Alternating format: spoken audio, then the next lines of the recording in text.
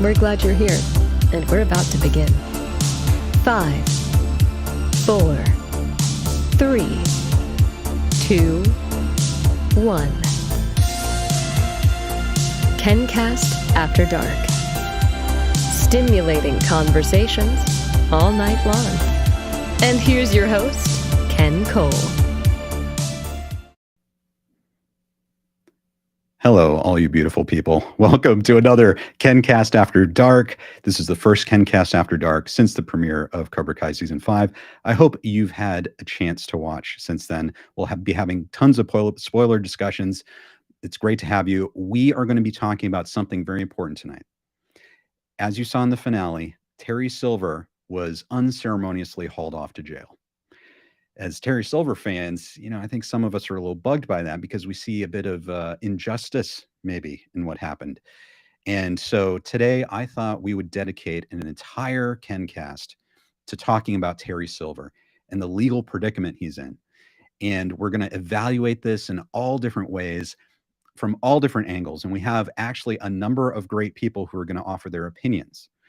But I am honored tonight. First, I must introduce our wonderful guest. You have seen him before. It is the incomparable Drew Rohaly.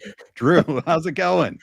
Ken, it's so good to be here with you. I wish it was under different circumstances. Obviously Terry is behind bars here. I'm feeling a little bummed out about that, but I am happy to be back. I'm so excited to talk to you and the audience here. I can't wait to hear what everyone else has to say, but justice for Terry, man. We gotta get him out. We gotta get him out. Yeah, I totally agree. Justice for Terry. I love that. I love that idea. And let me just ask you, because this is the first time we've done a live stream since before season 5 premiered. So you've seen the show, you've seen what happens, and what do you think? Do you think there is legal hope for Terry? I certainly hope so, because I wrote down a bunch of the things that actually he may or may not have done himself, and then things that were done to him. And I can just say that there's a lot of injustices that went against our boy and our guy, because really, like, I put it on Twitter, I think after we watched the end of season 5, they broke into his place. They broke into his dojo. They did a whole bunch of things. I won't get into all the details here, but I think he's got the best lawyers, the best legal team that money can buy. If he's able to get out of whatever happened in Karate Kid 3 and he's able to get out of, dumping toxic waste in Borneo, then I think he's certainly going to be able to get out of whatever they're going to put him on the hook for here, bribing a tournament judge. I mean, come on, get out of here. Right. Like, what did he really do? He didn't do anything. I mean, we didn't see him burn down Mike's place. Maybe that wasn't him. Who knows? So I have a lot of thoughts on this, and I certainly hope that he's able to get out. I think maybe he'll spend like 2 nights in jail. We'll see until they get the bailout, but he's getting out. I have full faith in it. Absolutely. Okay. You've gotten me very excited, Drew. You have me very excited. We're going to be talking about this. Stick around, guys. We have a lot to get to tonight. I want to say hello to everyone. Hopefully I can get to everyone. I see you all. Rabana, great to see you. Lara, great to see you. Thank you for joining us. Gabe, Cobra Kai Wisdom. We're going to be hearing from him later. Yvette, Terry Johnson, great. I think you might have been affected by a hurricane. Hope everyone in Florida is safe who's watching tonight. George, great to see you. Peter from Cobra Kai Companion Podcast, a whole KenCast about Silver. No? Yes. Oh, yes. It's happening. Let's see. Dislike Bomb. Got any lawyers? Well, you came to the right place, Dislike Bomb. Oh, yeah. We're going to have some legal analysis. Seth, it's great to see you. Daniel, great to see you. Thank you. Rabana says hi to Drew. Hi. Marcia says hi to Drew. Good to see you all. Yes, indeed. And Rabana says, poor Terry. I agree. Poor Terry. Man, he got it. He got it bad. He got it bad. Peter Bonasac saved Terry. Yeah, what you're watching tonight is the beginning of a campaign, guys. I'm just going to tell you that right now. It's going to be an amazing campaign. We're going to launch this. We're going to come to our buddy Terry's rescue. Yep, justice for Terry. Bryce, great to see you. Melissa says, Silver seems to believe that he is above the law, and to an extent he is, because of the money, power, and influence he holds over people. Drew, I would say that's the traditional understanding. Sure. I think, right? Yeah, I mean, look, I mean, whether it's right or wrong, it kind of mimics real life, you know? It's kind of very similar to what we might see playing out in the real justice system, unfortunately. But I still don't believe Terry did anything wrong. So I'll say that he's, innocent until proven guilty. Indeed, indeed. Well, okay, so everyone, as we always do, we are going to uh man, I don't even know which one of these.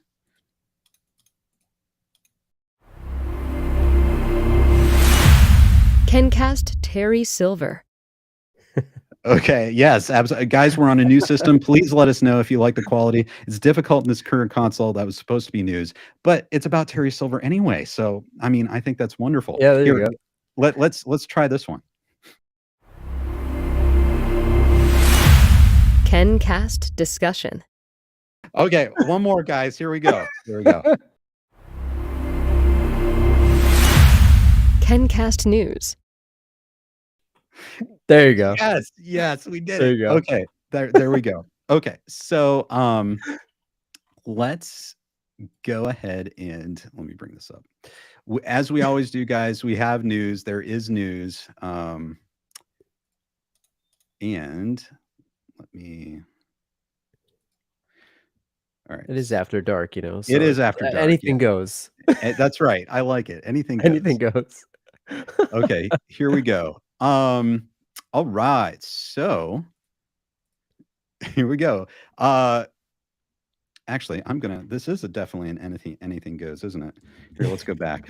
Okay, so Drew, we've got Cobra Kai season 6. The news has come out. We'll kind of step through this briefly. I want to get your thoughts.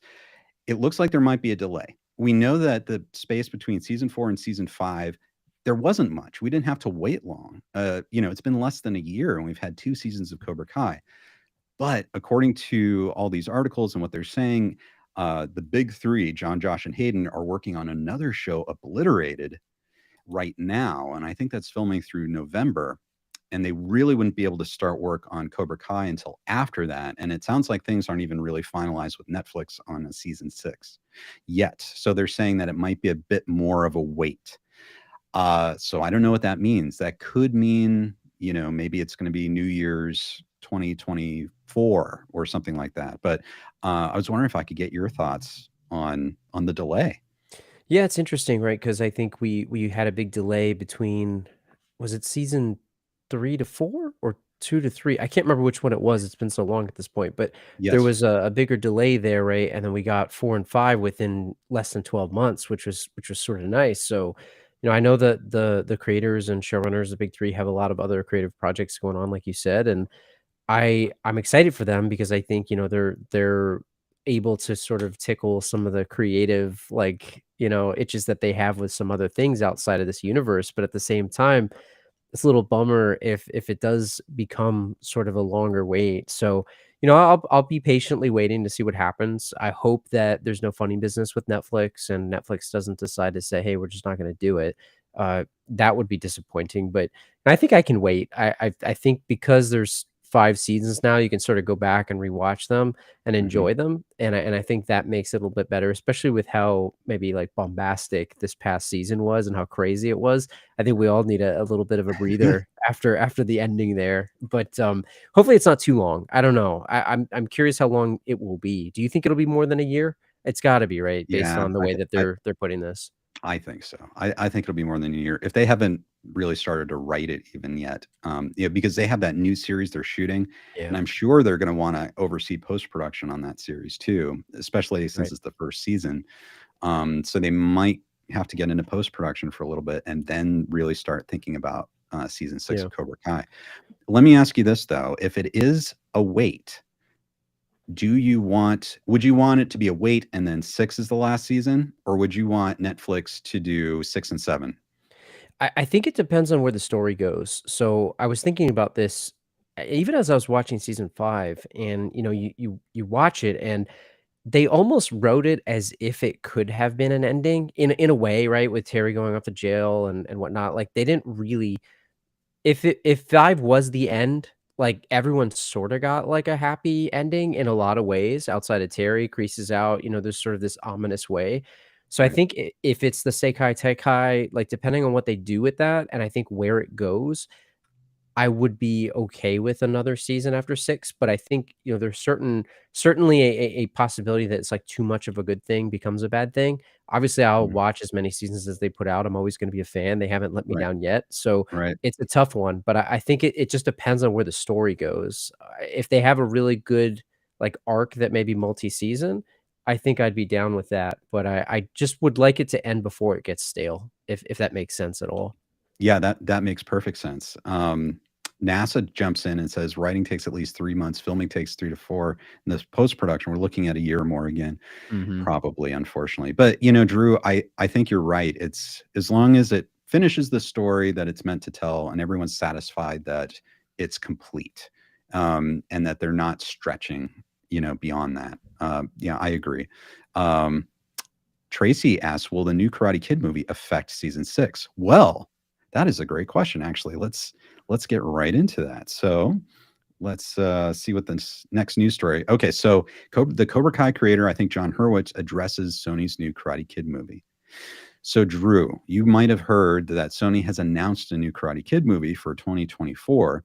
Apparently, there's no official script, no official director associated with it yet, but they are saying something along the lines of this is a return to the original Karate Kid franchise. However, no one associated with Cobra Kai is involved with this movie. So, I wanted to get your thoughts on this. I have a lot of thoughts on this because, I I'm gonna try not to offend anybody here, but I don't think that they need to do this, is what I would say. I feel like Cobra Kai has been fantastic. There was a lot of mixed feelings on the remake of The Karate Kid starring Jackie Chan and Jaden Smith. Whether that needed to be made or not is sort of up for debate.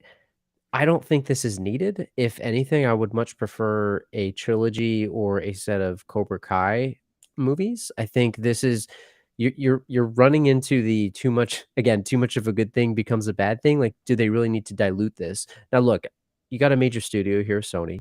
So I Right. understand they want to capitalize on the popularity of, the franchise and maybe the universe. I don't know. I have mixed feelings on it. I'll reserve judgment until it comes out, but I would say I'm not super excited about it. I just feel like if it was somehow connected to this, like a Young Miyagi movie or something like that, I would be really a lot more excited. I just feel like I'm not sure what they're gonna do here. It's hard for me to be too negative without knowing too much about it, but at the same time, I just feel like at this point, it's unnecessary, but I also can't blame them because of the popularity of where things are. I don't know. Are you excited about this? Are you cautiously optimistic? Uh, I guess I'm cautiously optimistic. I don't know what they're gonna do. I never wanna if someone has an idea for something or someone's inspired, for a new take on the Karate Kid, I'm sure there's a way to do that story again that's great, and you'd have very talented people involved. Um, I don't know, if it's something like Ryan Coogler doing Creed and, like, as that is to Rocky, I mean, if you have some people of that quality and inspiration behind it, that's fine. But yeah, I don't know. We've seen the remake already with Jackie Chan. I wasn't the hugest fan of that movie, Yeah. and I'm also worried that they might really make it a different story, but still call it the Karate Kid, which is, I think, kind of problematic. And it's kind of a difficult position to be in because if you call it the Karate Kid, you'll get the old fans coming in. But if it's a different story and a different movie, I don't think that's going to ring true. So I'm not sure what they're going to do. I don't know. Yeah, I'm cautious. Let's just say cautious. Hopefully, cautiously optimistic. But Well, and it's interesting too, like, they announced it so early without much detail to it. Now, I know it's hard because you get things on a movie slate and they've gotta declare what this is so people know ahead of time, but at the same time, it's like there's no information about this thing, so they're just kind of putting this out here to almost, like, mark their territory of, "Hey, we're gonna do this." Maybe they are gauging what the fan reception is in some way to it, I don't know, before I mean, it'll make money, most of these movies do. right, It's just it's just a weird thing, like, especially after how good Cobra Kai has been, like, they're gonna dilute the brand, and I know, you had a video on Star Wars, but, like, a lot of times people talk about Star Wars too, it's like, do you need all of these spinoffs? Do you need all of these things? Now, some are really good, some are also mixed. But I think you run the risk of, I hate to use the word again, but diluting the brand too much, and especially when you have this really good thing going. So it'll be really interesting. I don't know. I'll reserve judgment, but I'm not excited. Put it that way. Okay, this might be something we'll have to revisit as we learn more information, going forward about it. Let's cover a few more things here. Okay, so guys, if you haven't seen it yet, I did this. This is my longest analysis video, Cobra Kai and Star Wars. Basically, what Star Wars can learn from Cobra Kai. And I come up with 7 lessons, how Cobra Kai does it right and how Star Wars could learn from that. So if you haven't seen it, definitely check it out. I will put that link in the description if it's not already there. Next, if you haven't seen Cobra Cole, go watch it. This we're talking about the legalities of Terry Silver, and I may or may not have family legal connections being a Cole to Terry Silver. I'm not at liberty to talk about that, but if you're interested, go watch Cobra Cole. It also stars David Chatra, who plays Tom Cole on Cobra Kai, and you can see him right there. I want to point out a brilliant new episode of the Last Row podcast. Okay, so Drew and we are going to have Badway here in just a second, and actually, I think he's in the green room. So let me bring him in. Here he is.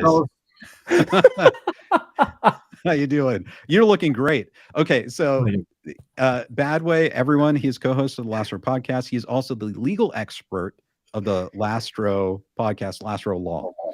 So welcome, Badway. It's an honor to have you here. It's an honor to be here. Busy schedule of lawyering here at Last Row Studios. Figured I'd pop in and share my expertise and lend a hand to Mr. Silver. Wonderful. Yes. And I know he appreciates it. And we're going to be getting your expert legal analysis pretty soon. But I thought you might want to be in here. We're talking about this brand new episode. You guys are talking about Invincible. This is a movie I totally forgot about. I totally forgot that this existed until you guys did this show. What was the inspiration of looking? Now, this stars Mark Wahlberg. This is like a Disney biopic movie from like the aughts. So what inspired you guys to Invincible?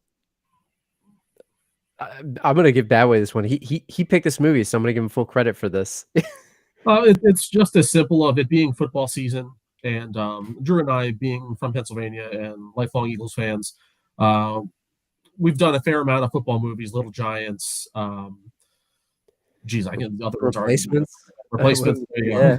We figured, let's lend a hand to the Eagles here, and Mark Wahlberg in this utterly forgettable movie, which, you forgot it existed, and it's totally there. Honestly, don't spend your 2 hours rewatching the movie. Honestly, just listen to our podcast. You'll get the gist of it. I think in the show we probably spent like 5 minutes talking about the movie, and like, no, that's a joke. But we talked a lot about just like his spat with his wife and stuff like that. I had fun just talking about it, but I hadn't seen this movie in forever, and I'm a huge Eagles fan, right? I know you are too, Badway. So it was kind of interesting. We had a fun time with this one. So I hope you all check it out. If you're looking for us, we're on Apple Podcasts, Spotify, anywhere you get your podcasts, and thelastrowpodcast.com. That Ken has the picture up here. But we had a lot of fun, and we spent the entire hour and 20 minutes searching for Mark Wahlberg's Philadelphia accent, which was nowhere to be found. So still looking. Oh no, yes. Yeah. Mark Wahlberg is strongly from a different portion of the Northeast. So Badway, thank you for joining us. We've got questions. Is Badway related to Bill S. Preston? Let's see.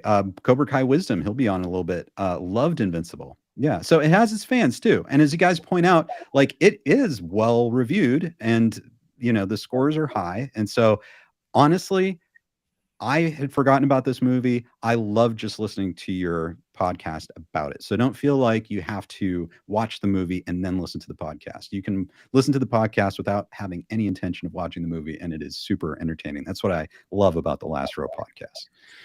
To be fair, Ken, it's not a bad movie. And we say that during our podcast. It's just kind of there, and it's kind of just a little bit forgettable, but we wanted to shed some light back on it, and it's not all bashing. I mean, we did find enjoyment out of the movie as well. I don't want to say it was bad.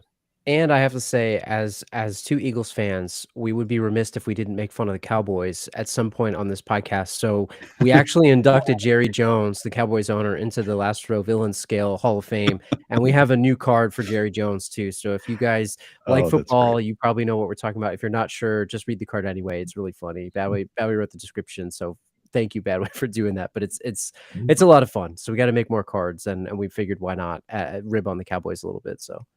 That's amazing. Nick Cruz says the ending of Invincible is one of the most amazing ones I've seen. A great movie. And Ben Mattel says, I respect the Eagles. Diehard Steelers fan myself. Ethan is a fan of the Chiefs. So yeah, definitely a lot of football love, which is great. I also want to plug our so we had a discussion. This was after season 4 came out about Terry, or this might have been beforehand. All three of us, me, Drew, and Badway, right here. And we talked about the Karate Kid 3, and does it get a bad rap? Is it really a bad movie? And so you probably have seen this. This is the most recent video I've uploaded. A really great discussion, and really blown away by the response to it. There's a lot of interest in this topic right now. So yeah, give it a listen if you haven't watched that video yet. So Badway, I want to welcome you. We have kind of a very somber discussion tonight. We're talking about Terry Silver. From that discussion we had all that time ago that people are watching, we know how much of, I don't know, a devotee, is that fair to say, of Terry Silver that you are? Sure. Appreciator. Yeah. Yeah, exactly. And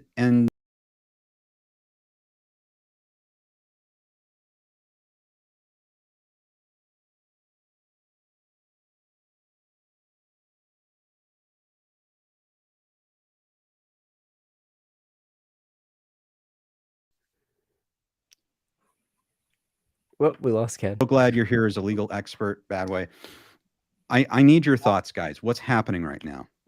Why is Terry in jail? Should he be in jail? That's a great question. Why is he in jail? And I mean, honestly, he's in the back of a police squad car.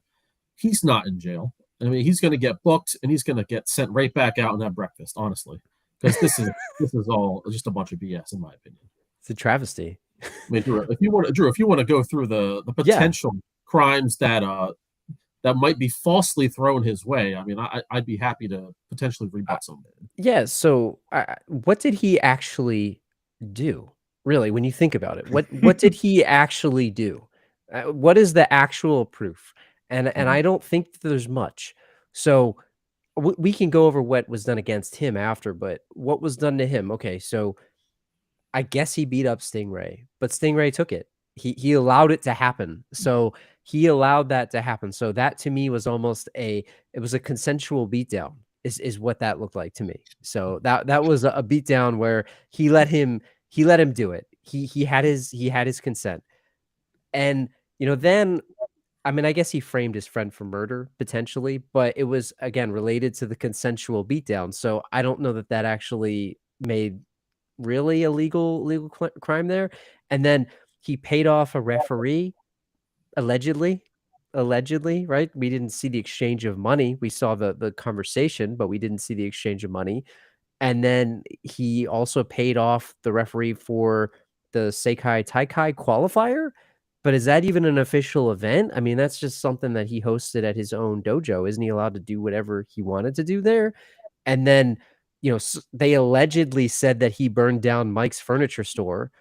I'm on the record of saying I think that electrical system was pretty old and probably should have been checked out. I don't think that was something that was done on purpose. I mean, that was, who knows what happened there. And then, some would say that he paid off Stingray to keep quiet. Again, he accepted those gifts. Those were generous gifts from a sensei to his student. He allowed him to live in that nice apartment. He got him this really awesome car. What did he actually do that was illegal here that we could actually prove? I don't think there's anything with any proof. Do you guys? I still think he's innocent. Let me jump in here. Let me just highlight a few things. Rabana says, notice Terry nods his head up instead of down like Kreese did. It means he has no regrets about what he did. NASA says Stingray is guilty Agreed. too. Eliza says he cheated in the All Valley and the Seikai Taikai. Well, let's see. Dislike Bomb says Terry punched him before asking for consent. Interesting. Peter says, Drew, blink twice if you're paid to say this. No, His why eyes does are everyone wide open. always think Terry's going to bribe? Why? Okay, so those are some thoughts. Now, bad way. What are your thoughts? First of all, I'd like to congratulate Drew for bringing up consensual beatdown. That's totally a legal term. And it's clearly what happened in that case. So I think we'll focus on Stingray first, and we'll go through these quickly. Stingray did agree to a consensual beatdown, even if it was after the fact while he was lying in the hospital bed. I mean, PS4s don't grow on trees, fellas. So it's a perfectly reasonable payment for a beatdown. Now Mr. Kreese had crimes of his own to pay for, and he had his time coming. Now I'm saying, Mr. Silver, there's no proof. Whose word are we talking about here? We're talking about a man in Mr. Kreese who has many crimes throughout the years, has no, how would you say, no experts to talk on his behalf of all the good things that he did for anybody. This man is bad through and through. Mr. Stingray is very unreliable. It's clear that his opinions blow with the wind. So who can we trust there? And Mr. Silver's just an innocent man trying to teach kids karate. So it's unfortunate that Mr. Stingray didn't at first make the squad, quote unquote, and maybe he took it out on Mr. Kreese, and then Mr. Kreese took it too far. There's no proof, video evidence, I should say, that Mr. Silver had a hand in any of this. Some would say that there was video evidence and it was destroyed, but I mean, until you can provide said evidence, it's hearsay, fellows. That's a private video system. You can do whatever you want with it, right? I mean, come on. Right. Well, and let me suggest this as well. We saw, say, Tori. We saw her training with Sensei Kim Daun and Terry Silver, right? Where she was punching stone. Now that's brutal, but they did it in the broad light of day. Anyone could have come in and seen that. And that was very difficult, and it injured her. But she agreed to do it because she wanted to be part of Cobra Kai. She wanted to be part of the training. Is that illegal if it's part of the training? Because Stingray said, I will do anything. I will do anything to be in Cobra Kai. In season 5 of Cobra Kai, is Tori a minor? Or is she 18? I think the assumption is that she is, but I don't know that they state it.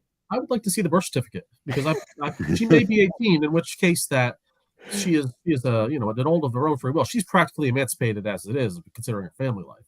She is well within her mental capacity to make decisions for herself. Nobody forced her to punch that concrete, fellas. Yeah, that's true. I mean, it's part of the training, right? I mean, she wants to win. You want to win, right? Legally.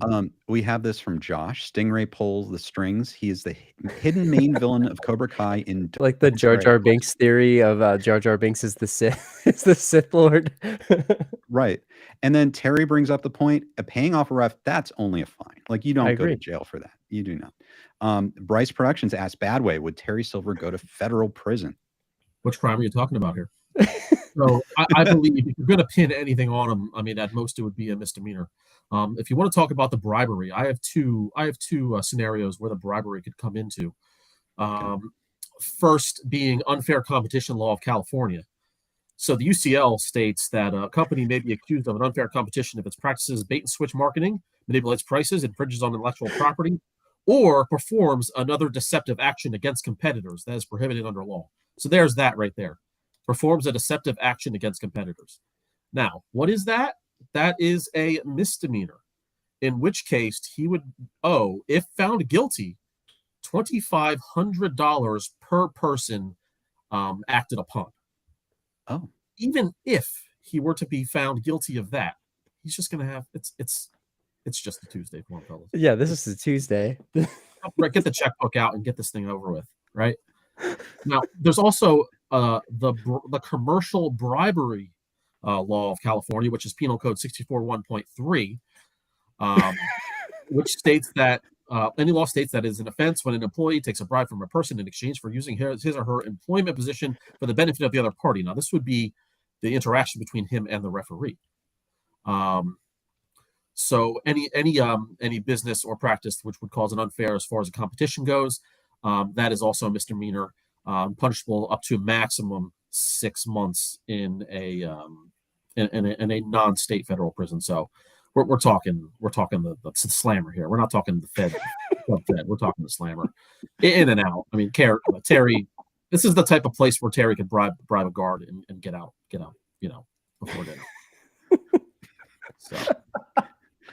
Cobra Kai Wisdom says bad. The bribery thing is cut down. We're done with the bribery. And anyway, once we get to court, whose word do we have? A girl who's of questionable merit and morality.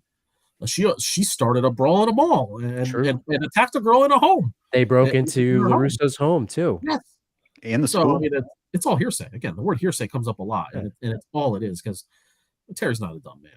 He covers his tracks. Terry's a model citizen. He was trying to help underprivileged students and underprivileged children, get educated, right? He was giving away free karate lessons. He wanted to spread the Cobra Kai ways and teachings to better younger, people of the Valley. How can you pin that on him? He's trying to help people out. I mean, come on, it's absolutely hearsay. And there's 3 legal defenses against this, by the way. It's defense could argue no corrupt intent, potential entrapment, or just plain out be falsely accused.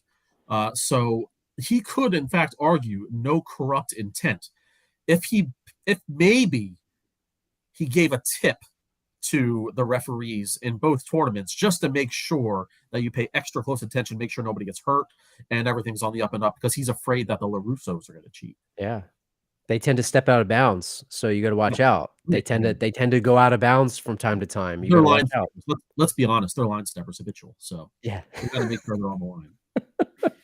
Right. Yeah, and it's good. Right. Tammy says it's no crime to bribe an under 18 karate ref. Nobody cares. Nobody cares. Who cares? It's a private tournament too, right? It's not like taxpayer funded that we're aware of. What kind of crime is that? You could do whatever you want. It doesn't matter. He owns that place. He owns all the dojos. Yeah. Like, who cares, right? I mean, come on.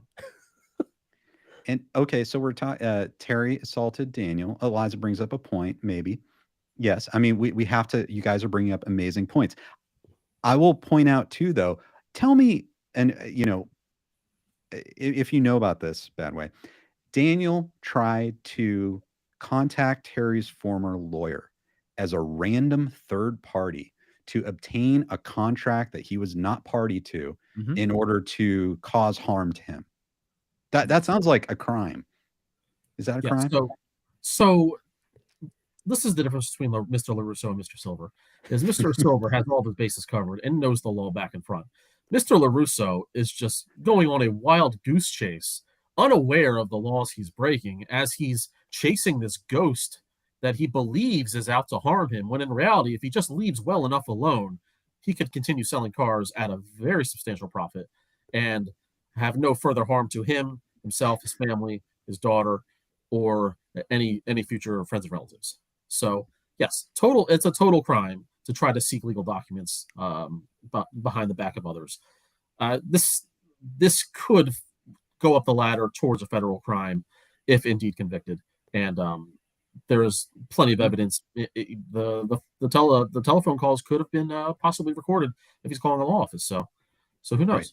Not to mention the fact that, okay, I think there was a comment about Daniel. He assaulted Daniel.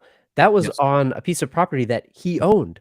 Daniel walked into that apartment that he was lending out to his good friend Stingray. That was his property. He was involved in that in his place. Doesn't he have a right to defend his property? Why is Daniel lurking in that place?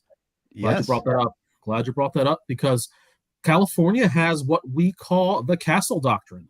Penal Code 198.5 states that under this law, residents are presumed to have a reasonable fear of death or great bodily injury if an intruder, Daniel LaRusso, forcibly enters their home. Therefore, it may be deemed a justifiable homicide if the resident kills or injures the intruder in self-defense. Wow. So we got to remember the Castle Doctrine, fellas. Yeah.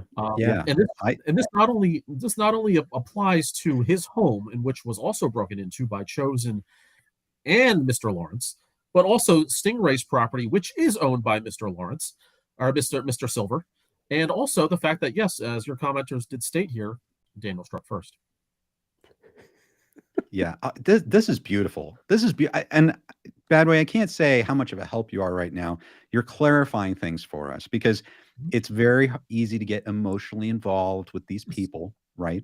But you lose sight of the law, right? And it seems like you're saying the law says that really Daniel and his friends were in the wrong. Terry was in the right. He knows what he's doing, and he had good intentions. And Mr. Silver, I mean, he even has the right to use, to bear arms in this case. He's not even, there are no gunplay involved. He's just using the fists and the feet and swords. I mean, to be honest, the swords, just to combat the risk of his life and the life of his guests in his home. This is a clear case of self-defense. Not to mention the trespass that happened on his dojo, which he then sprinted over to help his poor children students, whose lives were also in danger.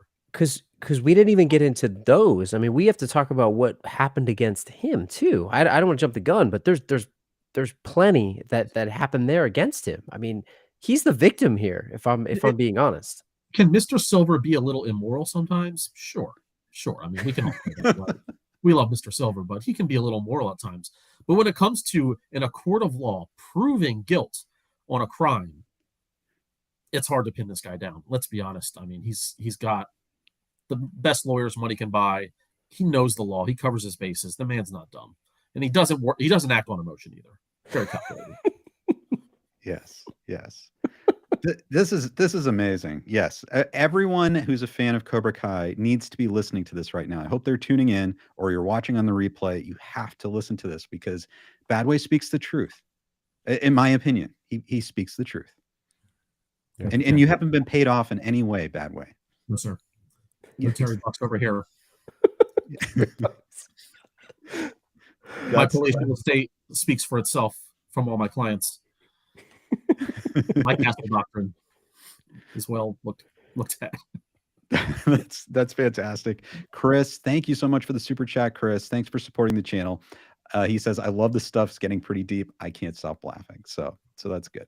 And it's fun for us to talk about. We're here comfortably sitting here, but we have to remember Terry Silver's out there somewhere sitting in a jail cell. And for him, it's not too funny. And hopefully by our discussions today, we can start a movement to get him out, or at least to see that true justice is served here, and that maybe the true perpetrators, are brought before a judge. Yeah, absolutely. I mean, absolutely. And this is Badway is our legal expert on our show. So any type of legal matters, he's my lawyer, and he's really just the way that we go here. Can we talk about what happened against Terry, Ken? I don't want to jump the gun, but I mean, there's a lot of things that happened against him. I would love to. Let me bring up some of these. Badways. So Robert Huswick says Badway is so smooth today that I'm keeping him in mind if I ever get into trouble. Marvin says Badway. Yes. I didn't write the law. I just speak it. Thank you, Terry Silver's wife. Don't worry, we're going to get your spouse out of jail. Also, Daniel sabotaged Terry's business in the first place. Marvin says Badway for Sensei #. Eliza says free Terry Silver. Nick Cruz says save Silver. Yes, Nick. Yes. We all see. And Eliza says lock up LaRusso.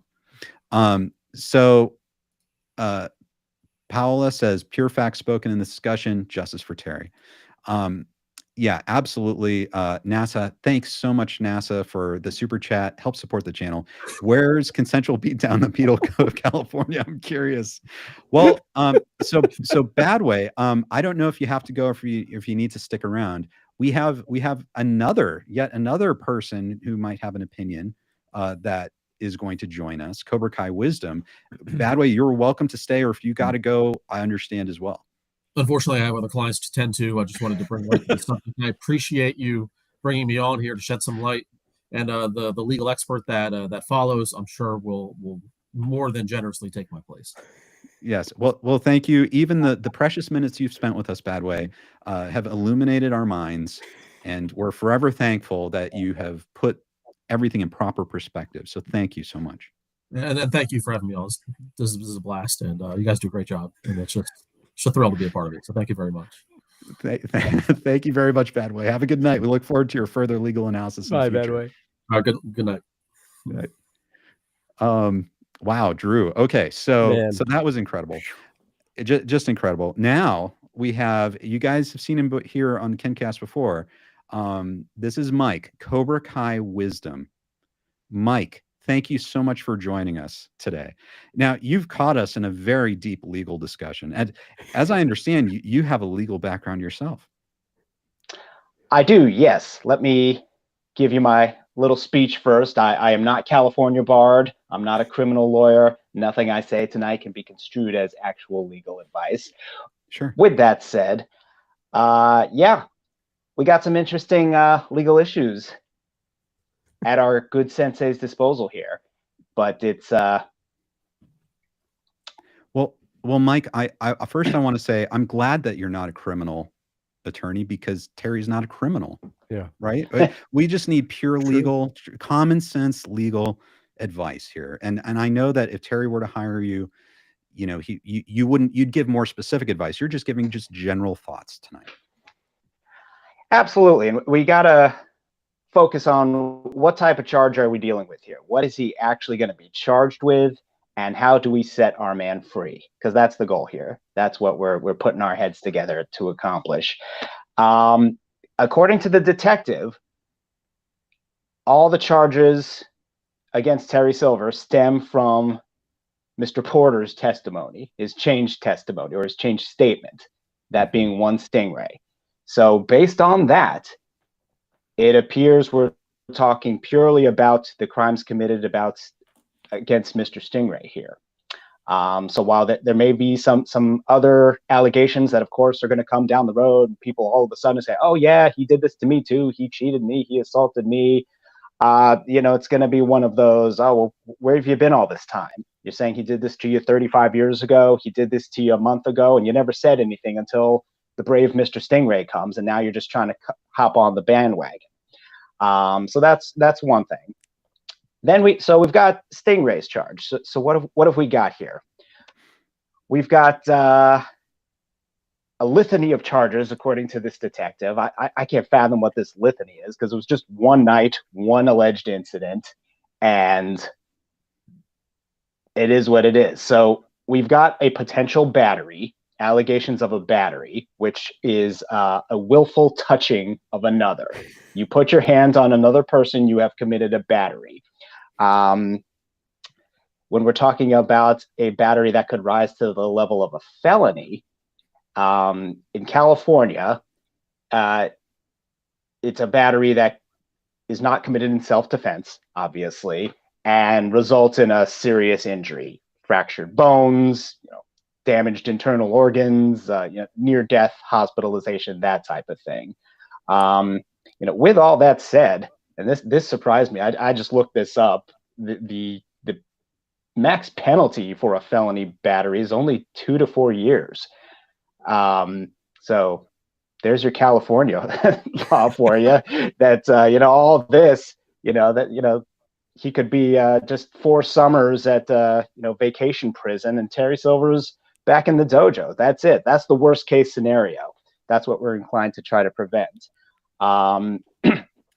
It is possible some young DA who's not familiar with the history of the relationship between the Silver family and the DA's office, probably never heard of a Willie Cole, might try to push this over to the level of an attempted murder, perhaps, that he was trying to kill Mr. Stingray, that he put him in the hospital, left him for dead. Ironically, the actual truth to the situation would be a defense to that when you're talking an attempted murder, the key is attempt, that you were trying to kill someone, but for some unforeseen circumstance outside of your control, you failed in your task. You wanted to kill him, but something prevented you from succeeding. The truth of what happened that night is a defense to attempted murder, which sounds insane. He did not want to kill Stingray. He needed Stingray. He very much needed Stingray to live through this ordeal so that he could blame Kreese, and Kreese would go to prison, get out of the way, and Terry Silver takes over the valley. So it's a risky move. But if they're inclined to go, well, you tried to kill the Stingray route, he comes up with the truth and say, no. I beat the ever-living shit out of him, but I didn't want to kill him. I needed him. I needed him to live so that he could wake up and tell the detective it was Sensei John Kreese, which is, in fact, the truth. So there goes your attempted murder. Now, in terms of defending against battery, we got a few possibilities here. Drew, I don't know if you were kidding earlier, but actually consent is a defense to battery. Absolutely. I was dead serious. Yes. So, yes, a person, I can go up and say, may I punch you in the face? And if the person responds, yes, you may. And you clarify, okay, just so you know, I may break your jaw. I may cause broken teeth. I may cause serious injury. With that in mind, may I still punch you in the face? Absolutely, Mike. Please do. That is consent. You have consented to a battery, and that is a defense to the crime of battery. So that's one possibility. So the argument is there that, well, maybe, yeah, I punched him once or twice, and he was fine, which would be, a misdemeanor. Couple $100, no jail time. He's a first offender. He's never been in jail in his life. But after that, that's when we made the deal. May I continue to do this so that we can form this plan? You want to be in Cobra Kai? Here's the deal. I'm going to now wail on you, and you're going to blame John Kreese. Is that agreeable to you? He nods his head, says yes, and that's what happened. There's your defense to a felony. Wow. Consent. He consented to the thing. One or two punches, sure. After that, it was all part of the act, all part of the game. He was in on it the whole time. Couple other things. Accident. We could say it was all an accident. Stingray is the biggest klutz you've ever seen. We get all the other students say, oh yeah, he's total klutz. Terry Silver probably just, was training him, and, he fell on his face. That old Stingray is such a goof. That's a good it's another possibility. Yeah. I wouldn't be surprised if Terry Silver tried a self-defense route. That, Stingray comes in all hot and aggressive. He's been rejected from Cobra Kai, his home, and Kreese isn't there, so he takes it out on poor little Terry Silver, who was all by himself and was totally unprepared. And Stingray struck first. It was all him, this pillar of the community, similar to what he does to Daniel in season 5, fake and pretend to be an old man. And if none of that works, if none of that works, and Silver is still trying to come up with some defense, and he may not want to go there, but he can start going the route of his possible PTSD.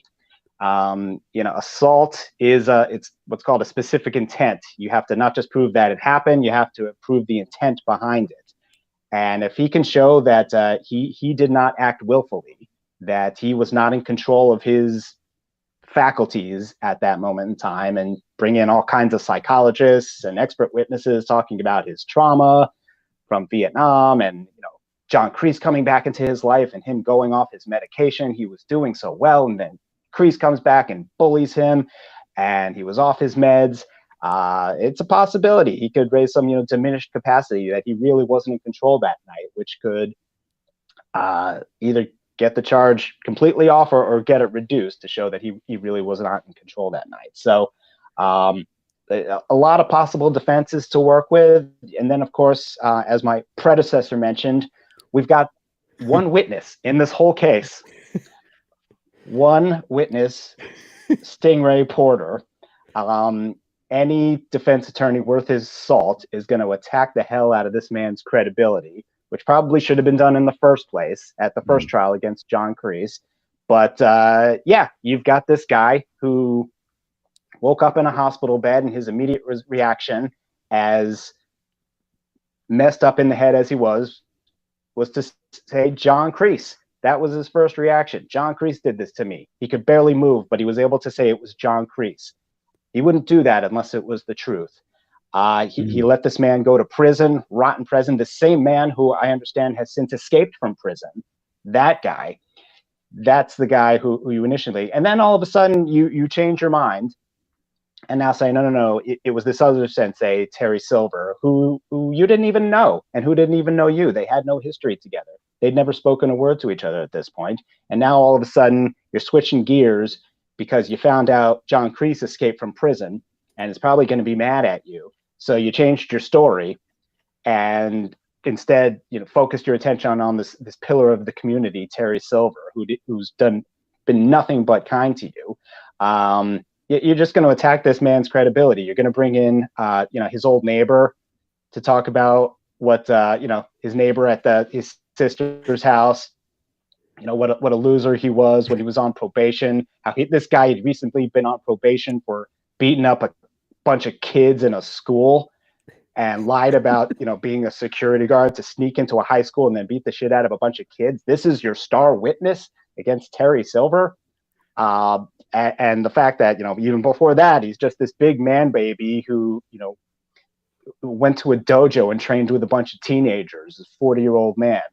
And this is your star witness who's saying who assaulted him. It's not going to add up. And, the goal here is to prove to a jury that this crime did not occur beyond a reasonable doubt. And by the time any good lawyer is done with Sting. Well, Mike, I have to say, everything you're saying right now is lighting everyone's brains on fire in the chat. And so many people are saying so many different things. Let me get to a few of them. Grogu, first, I want to say, Grogu the Mandalorian, thank you so much for the super chat. Help support the channel. It says, Terry Silver got the same unfair demonization as Meredith Blake in the Parent Trap movie. If she can get justice after all these years, so can he. Hashtag justice for Terry. Now, Hassan has said, Ken, you saw my theory was correct, as I told you in earlier videos, that a closed circuit television video of Stingray beating can pose a serious threat to Terry Silver. Well, and I think, Mike, from what you're saying, it doesn't matter because that was erased. Like, we don't have evidence of that. And so really all we have is a witness, which is Stingray. So Drew, let me throw this to you. You have just heard just an amazing wall of legal wisdom from Cobra Kai Wisdom we have here, and then Bad Way as well. What is your reaction after listening to all this? It just reinforces the fact that I know Terry is innocent. He's done nothing wrong, and even if he did do something wrong, it doesn't seem like it was that big of a deal either. I mean, really, what did he do? We talked about the consensual beatdown. So that was that he had consent. And Mike, you nailed it with that. There was an actual consent there, even if it didn't start with that. There's a bunch of other things. I mean, I think that Terry is innocent. And I feel like all the wrongdoings were actually against him. And he was provoked into some of these situations. He was minding his own business. He was just trying to spread his karate across the valley. And Daniel got up in his business. And Daniel was the one that inserted himself and had to be this white knight to say, I've got to stop this guy. Stop him from what? Opening a dojo? Like, really, what was he really doing? He was just trying to open dojos. And Daniel took it upon himself. He even told him, stay out of the way. I'm not going to do anything to you. Just get out of my way. He's just trying to open a business. So that's like if I just antagonized another business person, a rival businessman, of course they're going to try to fight back. Like, Terry's got to take care of his own. So I don't think he did anything wrong. And I think, Mike, you nailed it. I think Badway nailed it too. I think Terry's innocent. And I think we need to get him out of jail right now, because I mean, hopefully he's out already, because like you guys said, maybe he just spent one night and you guys, the lawyers, just got him out, and rightfully so. He hasn't done anything wrong, guys. Let's start the movement. Very well said. Very well said. Hashtag free Terry. Yeah. Yep. It's coming. It's coming, guys. We're going to get him out. NASA says, thank you for the super chat, by the way, NASA. Thank you. Attorney General Cobra Kai Wisdom, ladies and gentlemen. Yes, indeed. Now, there is kind of a, this is a common comment that Stingray will end up dead mysteriously, no witness, no charge. But from what I'm hearing you say, Mike, it doesn't matter so much because Stingray is just not credible anymore. Like his credibility could be destroyed. Like Terry wouldn't, if he were even guilty, which he's not. Whoever's behind this, they wouldn't need to kill Stingray, right? To shut him up. Because no, in fact, I would very much recommend against that for several reasons. But in terms of the case, a sudden mysterious death would raise suspicion on top of everything else. Rather, you feel bad for this poor, confused little soul who Terry tried to help and who Terry would still try to help once we resolve these legal issues here. He's still welcome in my dojo anytime, and I have no ill will towards him. He's just a confused little man-child. He can keep the car, keep the Challenger, keep the apartment, and I understand, but you just made a mistake here, and you're really confused. And meanwhile, the real perpetrator has just escaped from prison, and I understand that he's escaped to Korea with a former colleague of mine. And what are we doing about that? Why are you so focused on me when we've got an escaped convict escaping off to Korea to train some world tournament here? Yeah, there's a lot to work with, a lot of fun to be had. With all that said, the idea of a Terry Silver who's been brought back down to rock bottom and has nothing to lose, is a guy like that even more dangerous than the Terry Silver who's in full control? That's something I wonder. We've never seen that side. The guy who's he said he's never had to crawl by his teeth. He's never had to fight for what's his. Is a guy who's lost everything, who had everything and lost it all, going to be even more dangerous a guy? We'll probably never find out because it's never going to happen because, like we said, he's not guilty. But if it did, that would be a new side to Terry Silver I wouldn't mind seeing. I think we saw a little taste of it at the end of season 5. I wouldn't mind seeing some more. A man who's not in full control anymore. Yeah, that's a good point. That's a good point. Now, this is a slightly different question. Seisha 314 says, Tori has not told the police about Silver's false imprisonment of her and child endangerment, though, so Tori has to testify. So what do you see as far as like what happened with Tori? Is there anything wrong there? Like, I'm not sure. I'm not a legal expert. I don't know what false imprisonment is, but is there anything wrong that happened with Tori? Well, false imprisonment is what it sounds like when you put someone in a position that they are not free to leave.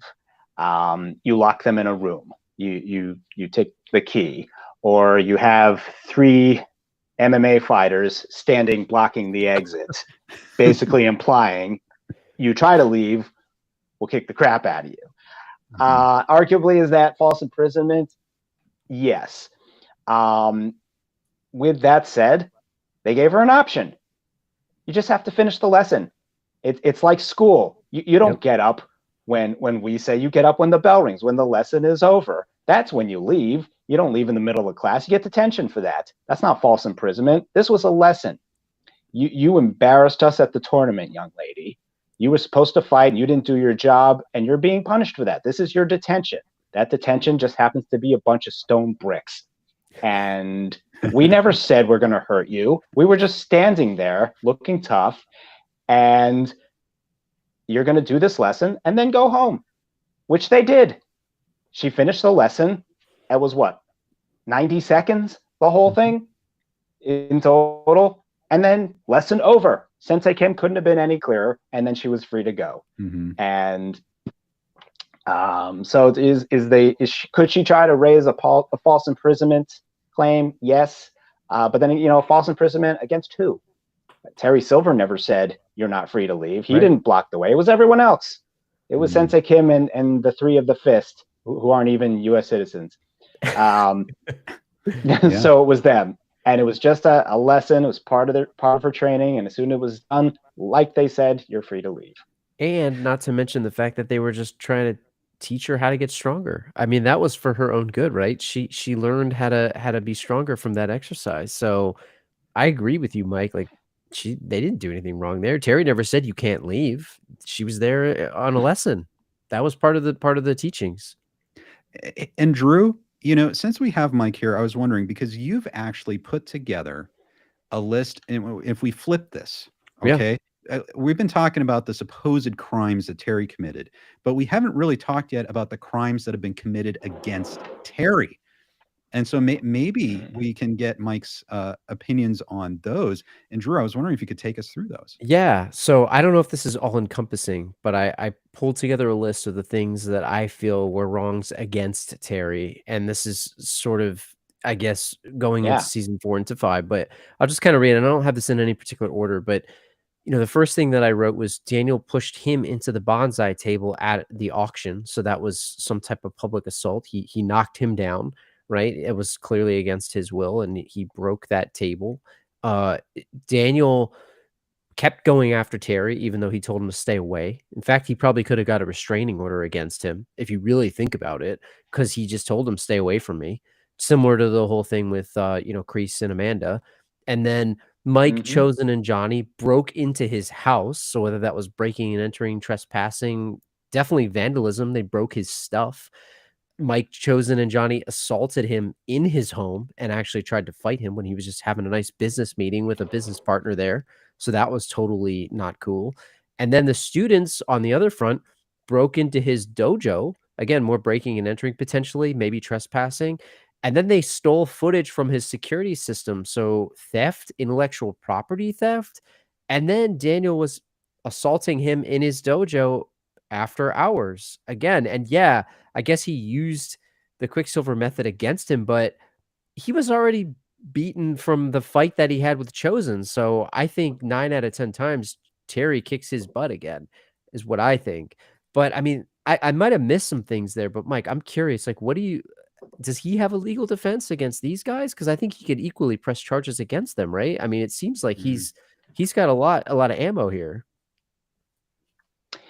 Yeah, well, no question that on that particular night, 3 crazed, drunk individuals in a party limo, highly intoxicated, plowed into his gate, broke into his home without his permission or his consent, and Terry put them on notice that anything done beyond this point, if they do not leave, is self-defense, and he will protect himself accordingly. And that's exactly what he did. So yeah, unfortunately, Johnny, Barnes, and Chosen could be on the hook for breaking and entering, could be on the hook for a robbery, which is breaking and entering with the intent to commit a crime, which they were. They were intending to go in there to beat the crap out of Silver, to assault him.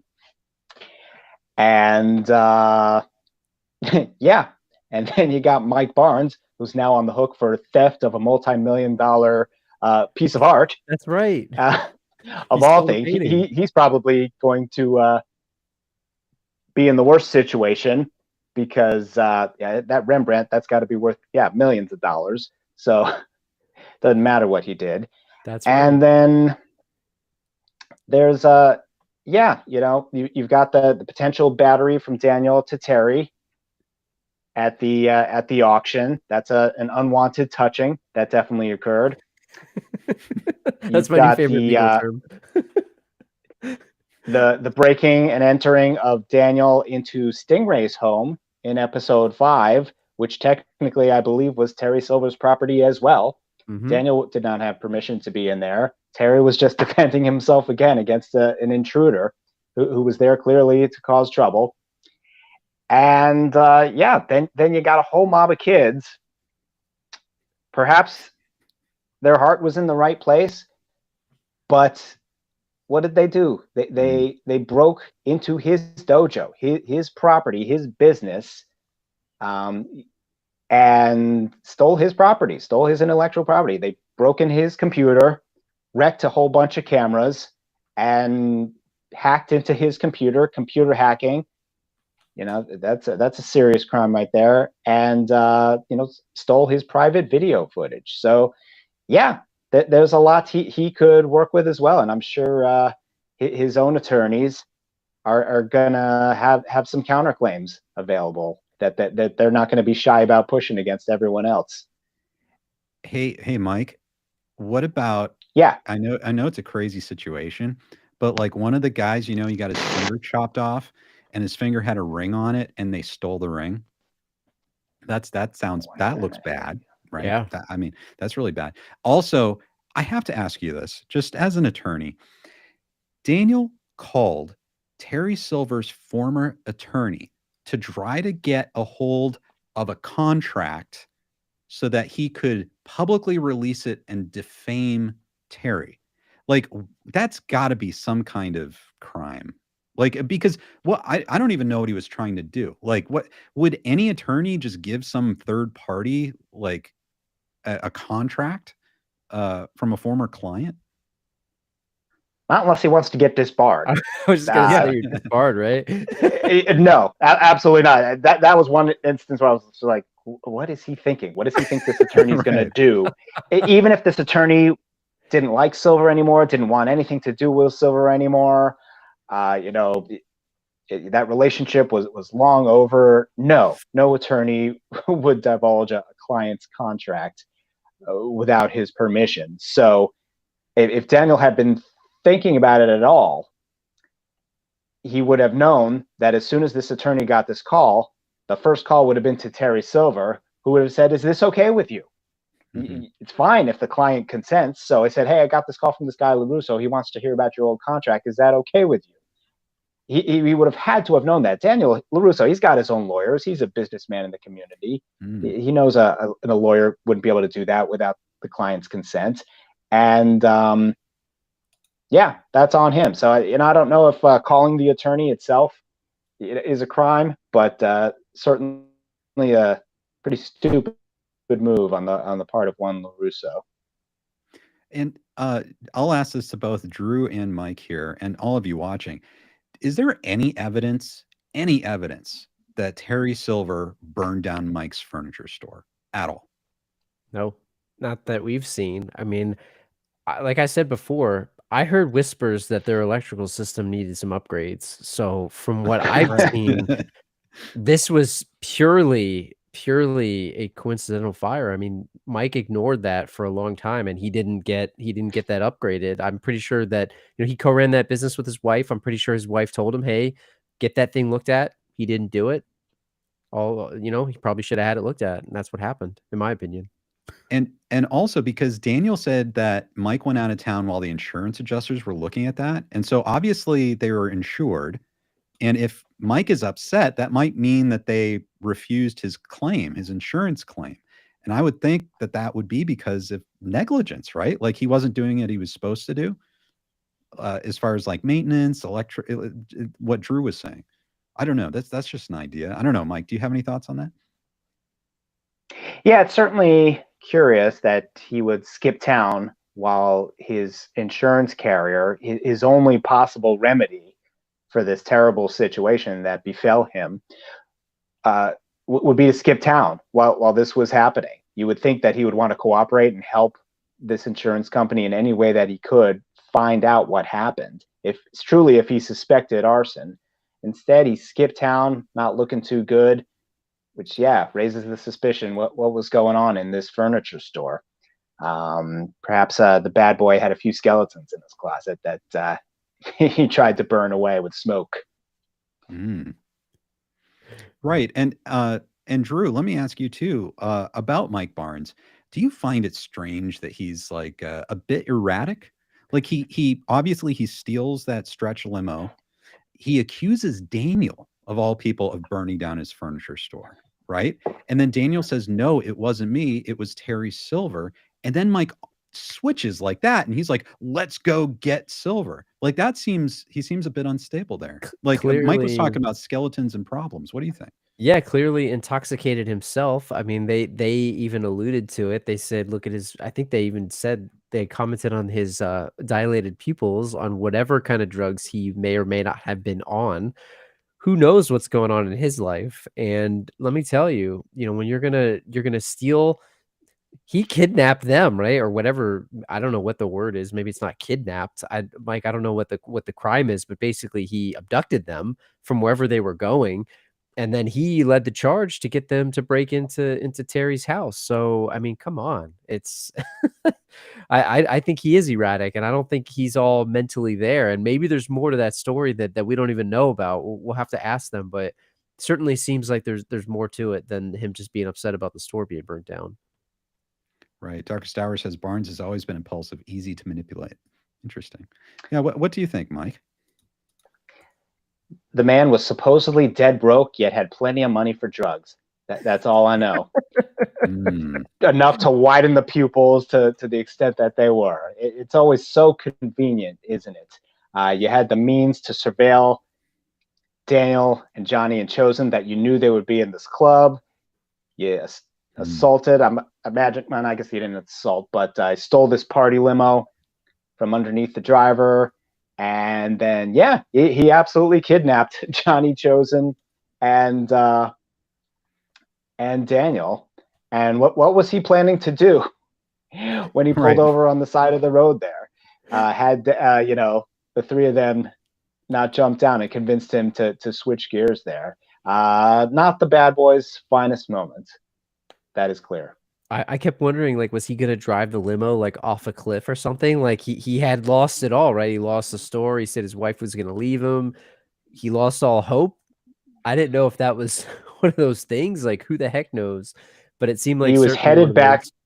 Yeah, he was headed back to Devil's Cauldron, and he was going to drive that sucker off, and that's how they would have all met their end. Yeah, murder-suicide situation. Really At bad. the bottom of Devil's Cauldron. That's how they all meet their end. That was the plan. Yeah. That's great. So kind of trying to wrap up here, because we have gone through so many legal things, so many legal items, and probably we're all going to have to watch this multiple times to digest everything. All the great arguments that you've brought to us, Mike, and Badway brought to us, and all the stuff that Drew's brought up. Let me ask a simple question. Is there anything, any strong accusation that can be made against Terry Silver that would hold up? Any? Go ahead, Mike. I can't think of any. I just think that he just loves too much. If you can accuse him of anything, he loves his students too much, and maybe he was blinded to the insanity that was going around him. And maybe if he hadn't been, so caring towards his students and been so focused on, helping them better their lives, he would have seen this coming, and he would have taken some steps to avoid, these crazy people attacking him and doing the things that they did. But it's the price to pay when you're such a peacemaker and philanthropist such as Mr. Silver. Yeah. Wow. The only crime I can think of is that he's awesome. So you can't arrest him for being awesome. And it's like, what are you gonna do? Like, and same thing, like you said, Mike, like he loves too much. You can't arrest a guy for caring. Like that's not a crime. He just wanted to help his students. I think you nailed it. Like I would agree with everything that you said there. Wow.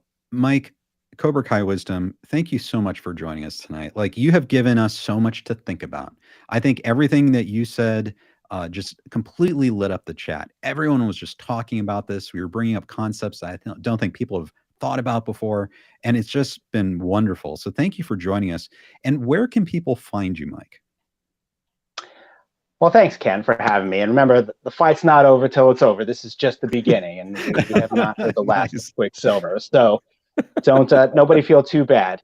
He'll be back, and he'll be back better than ever. But you can find me at Cobra Kai Wisdom on Instagram and Twitter, and more memes, more laughs, and we have lots of fun.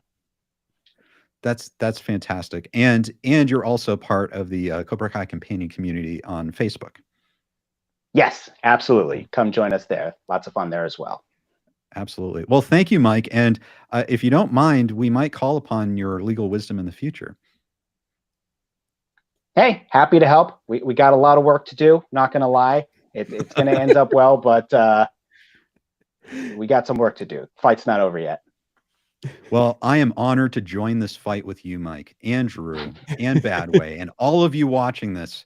right now. I am honored to join this fight.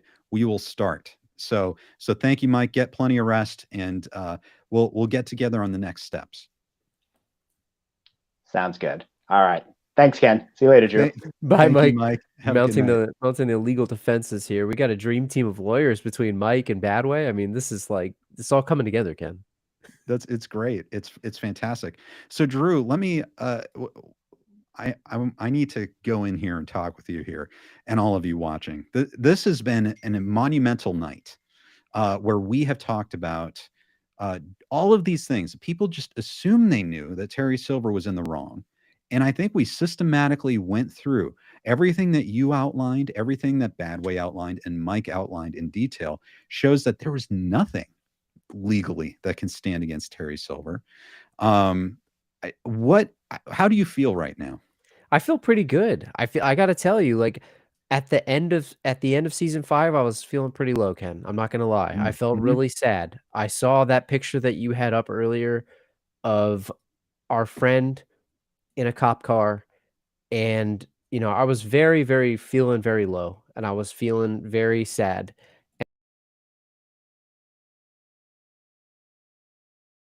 And how is this going to be the way that he goes out? And I think as we've put this together, and I think as we've sat here and kind of talked about it a little bit, I think I've come to terms with the fact that I don't think he's guilty. I never did, right? I never did. But I thought, are they going to frame him now for these crimes that he didn't commit, and the fact that they turned it around on him? I mean, so now I feel pretty good. We had 2 legal experts. We had Badway and we had Mike. And I think the arguments, especially the piece around Stingray being a non-credible witness, the fact that it all hinges upon his testimony and the fact that he could potentially have flipped or even lied under oath. Like, I got to imagine that's a crime too. So the fact that it's all that flimsy testimony there, I think we have a good case here, Ken. I don't know how you're feeling, but I'm feeling pretty confident now. I'm feeling pretty pumped, and I see Peter from Cobra Kai Companion said, "Go check social media." So let's see here. I'm going to add this. This is something that Peter at Cobra Kai Companion podcast just put up. Join the movement. Save Terry. Free Terry. Yes. That's wonderful. Awesome. Wonderfully done, Peter. That's fantastic. That's amazing. I love the shirts.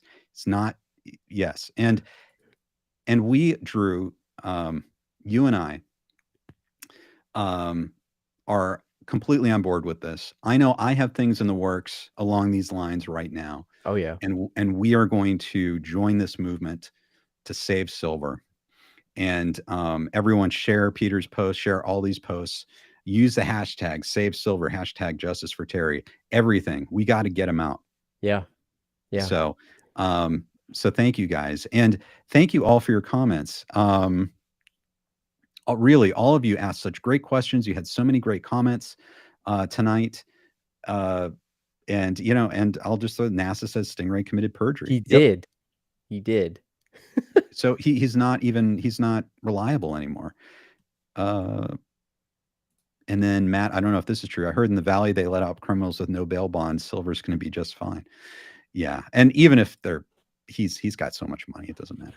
So Drew, you're feeling better now then.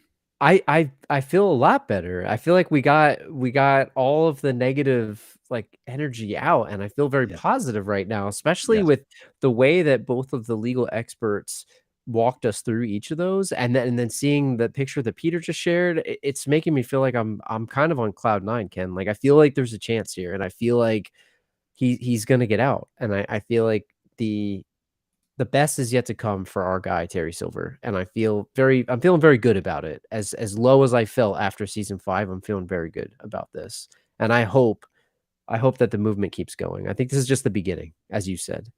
Yes, indeed. Thank you so much, Melissa. Terry says we need Save Terry Silver t-shirts. You're gonna get them, everyone. Just Hang on, there, all that's coming. Just wait. That's why you have to subscribe to this channel. Subscribe to this channel. Hit the notification bell. You don't want to miss anything about what's going on. Thank you for everyone who is a subscriber. Thank you to everyone who's a member.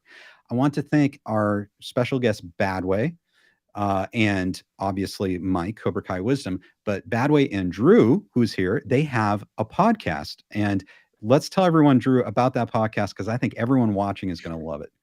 If you like the type of legal expertise that Badway brings Badway brought to this earlier, that's the type of stuff that we talk about on our show. Check out our website, thelastroadpodcast.com. We have a movie show where we talk a lot about 80s, 90s, 2000s movies that are underappreciated, rewatchable movies that you forgot you loved. Ken had the picture up earlier. We just did Invincible, starring Mark Wahlberg. We do all kinds of movies, and we just have fun with it. We kind of talk about the world of the movie. We don't really debate the plot or anything like that, but check us out. We would love if you gave us a chance. And if you're enjoying what we do here, please consider subscribing to us. We're on Apple Podcasts, on Spotify. You can find our links in the description of this show, as well as thelastroadpodcast.com. But yeah, like I said, if you guys enjoy this type of stuff, then I think you'll like our show. So please consider checking it out. And I think we've picked up a bunch of people from your community. So thank you to everybody that's checked us out and subscribed. And thank you for having us, as always. Oh, it's a pleasure, Drew. It's a pleasure. And having you on talking about this fires me up, and it just gives me hope too. So thank you for joining us again, Drew. And I look forward to when you'll join us again. Thank you. Anytime. Absolutely. Okay, guys, thank you for joining us tonight.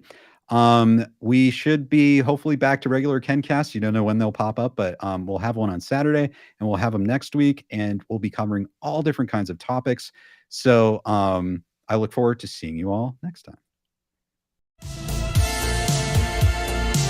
Thank you for joining us tonight, and we look forward to seeing you next time on KenCast.